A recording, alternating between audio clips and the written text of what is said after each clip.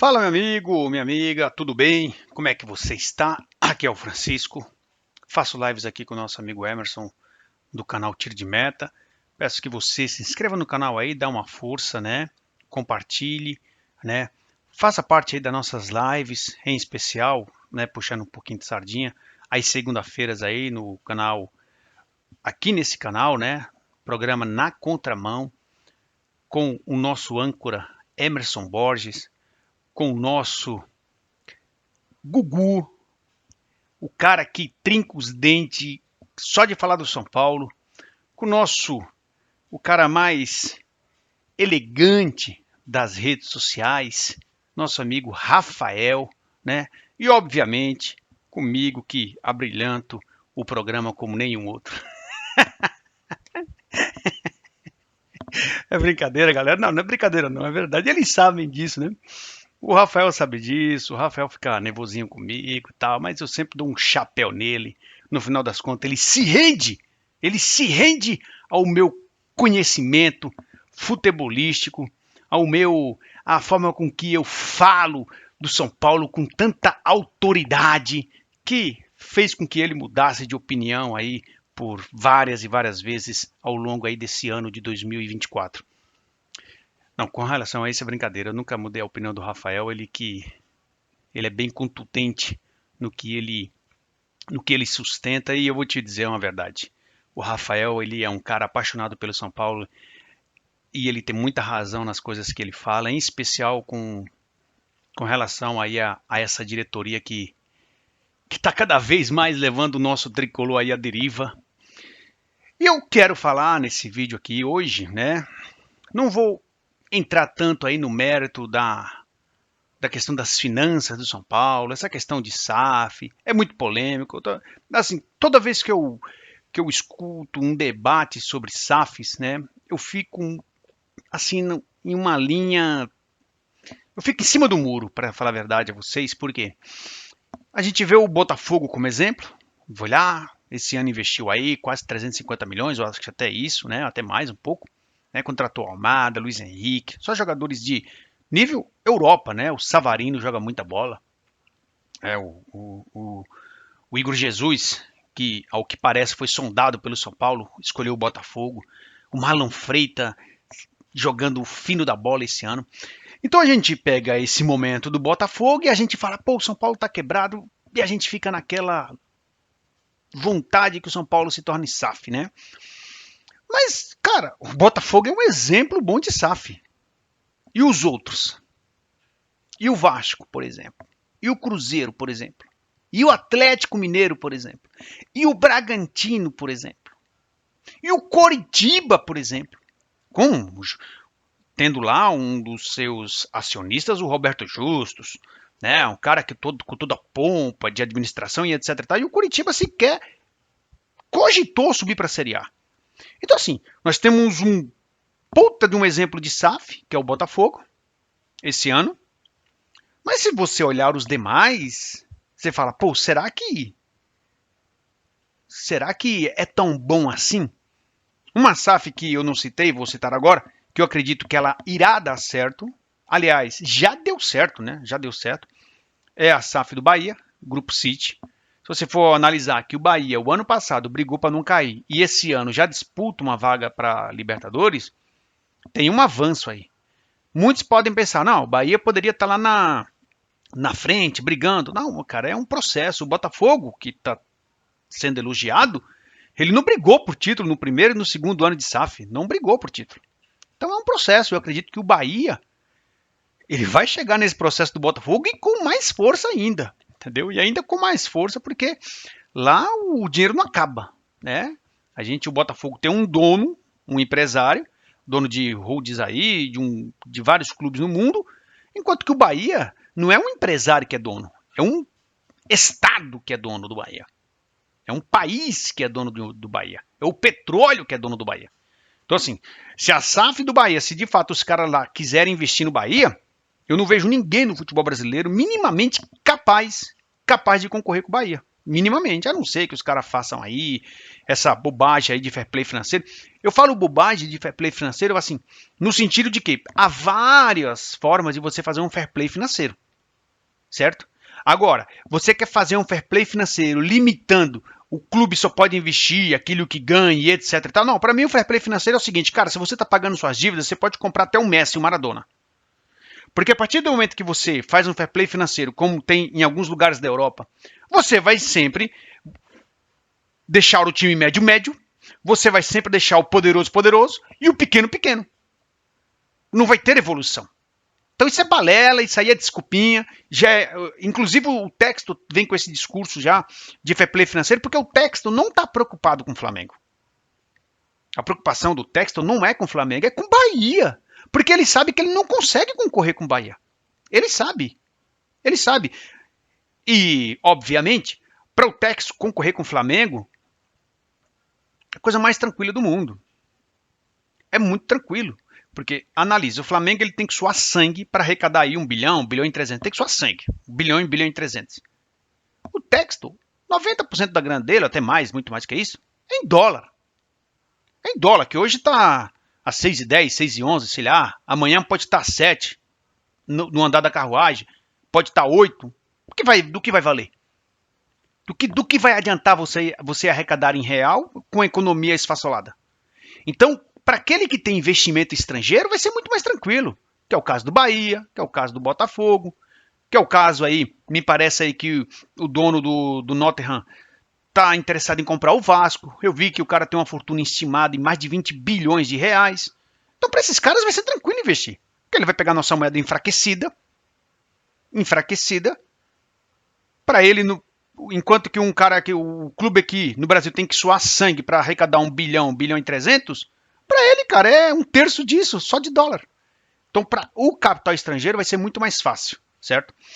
E, com isso, eu quero dizer para vocês como que será o ano de 2025 do São Paulo diante desse cenário de algumas SAFs que já deram certo, como Botafogo e Bahia. Outras, eu acredito que do Red Bull também é uma SAF que deu certo, embora esse ano esteja aí capengando para cair. Mas a SAF do Red Bull todo mundo sabe, eles não têm interesse mesmo na questão esportiva de ser campeão, pelo menos no futebol. A Red Bull está preocupada em ganhar nos esportes radicais dela lá e aparecer para o mundo inteiro. No futebol não. O que eles querem mesmo é girar, fazer o capital girar. Pegar um moleque, comprar e vender. Pegar um moleque, comprar e vender. Desculpa, essa é a preocupação deles. Então assim, como que fica o São Paulo nesse cenário? Que esse ano vai fechar aí com déficit de mais de 190 milhões. Eu estou vendo um monte de São Paulinos se preocupado para 2025 com relação a rebaixamento. E confesso para vocês, galera, que eu não tenho essa preocupação de rebaixamento. Eu acho que o São Paulo tem uma boa espinha dorsal ali. O São Paulo tem bons zagueiros. O São Paulo tem bons volantes. O São Paulo tem bons atacantes. O que falta ao São Paulo? Na minha opinião. Falta ao São Paulo um lateral direito.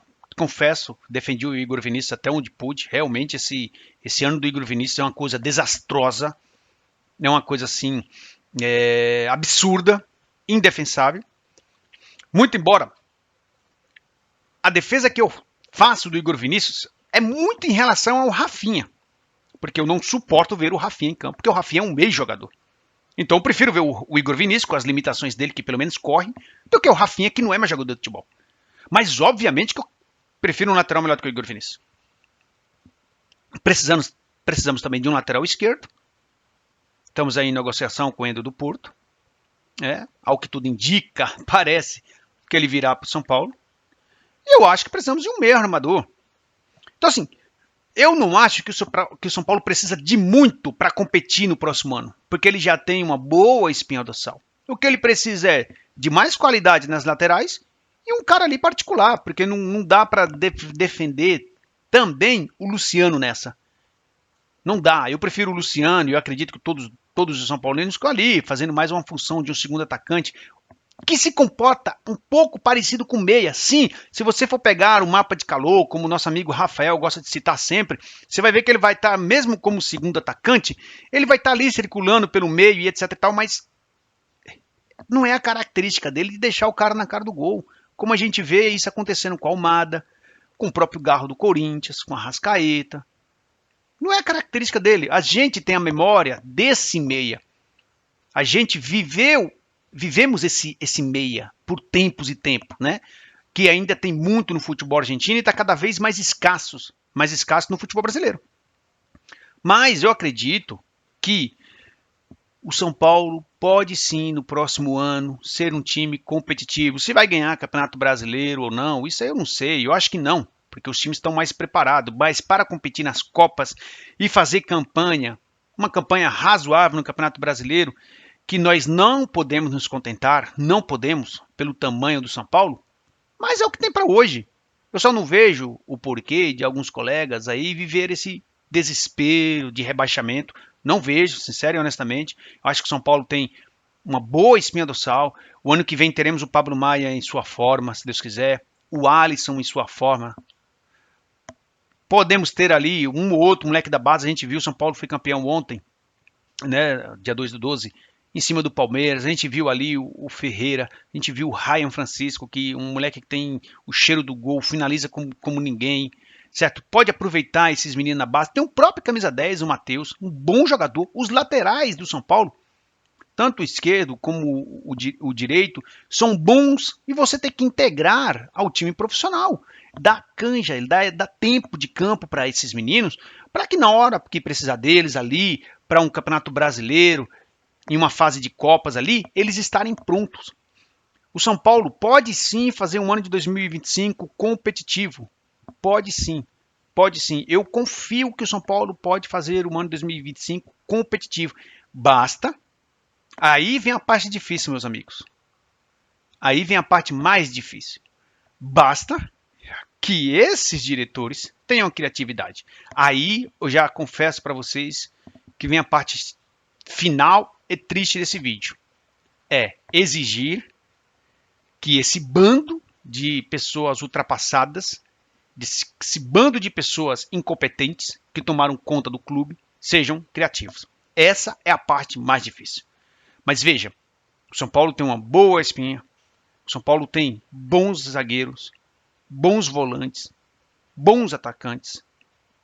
Precisa urgentemente de preencher suas laterais, seja a esquerda, seja a direita, e aí ali correr atrás de um meia armador. Não precisa ir atrás de ponta, não precisa ir atrás de atacante. Esse resto já temos lá e podemos complementar com a base. Não precisa ir atrás de zagueiros, já temos bons zagueiros. E se precisar vender um ou outro, completa com a base. Completa com a base. Se é para trazer um grosso lá, para pagar não sei quantos mil por mês aí pro cara, mais luvas, completa com a base. É para isso que a base serve. A gente viu a Espanha ser campeã aí da Eurocopa com um moleque de 17 anos de idade, brilhando. O Barcelona está aí liderando o Campeonato Espanhol com um monte de moleques. O Real Madrid só está contratando moleques ultimamente. Obviamente, vocês entenderam, vocês entendem, não preciso ficar aqui explicando, é outro nível. Mas também nós temos que considerar o nosso nível de futebol, o nosso nível de futebol sul-americano. Então, assim, é possível sim fazer um bom ano de 2025. Eu espero que você tenha compreendido, tenha gostado. Se não gostou também, eu tô nem aí para você. Brincadeira. Dá um like aí. Curta, se inscreva aí no canal do nosso amigo Emerson, certo? Esse cara merece, gente boa pra caramba. Se inscreva, fortaleça o canal, dá um like, compartilha. Tá, né? Aqui é o Francisco, vulgo Aloísio Boi Bandido. Mas é o seguinte, é só o primeiro. Aí eu vou aqui cobrar que o Rafael também faça lives para o canal, que o Emerson continue aí, mandando aí os vídeos dele aí, porque todos nós sentimos falta. Galera, Deus abençoe vocês aí. Forte abraço. E como diz aí o nosso presida, né? Juntos pelo São Paulo. Um abraço. Deixa eu ver como é que desliga esse negócio aqui, galera, por favor.